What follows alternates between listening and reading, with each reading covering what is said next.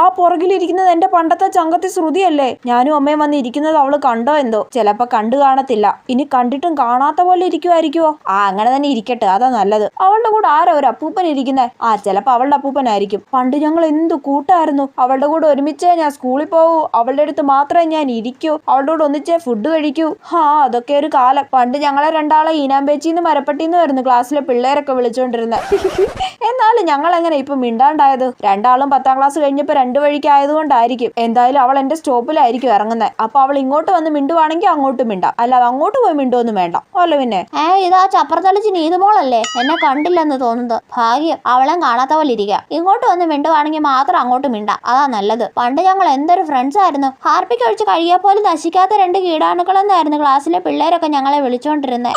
അതൊക്കെ ഒരു കാലം. അയ്യോ, ഇവൾ എന്റെ സ്റ്റോപ്പിലൊന്നും ഇറങ്ങാതിരുന്നോ മതിയായിരുന്നു. നേരിട്ട് കണ്ടാൽ മിണ്ടേണ്ടി വരും എന്റെ പൊന്നോ.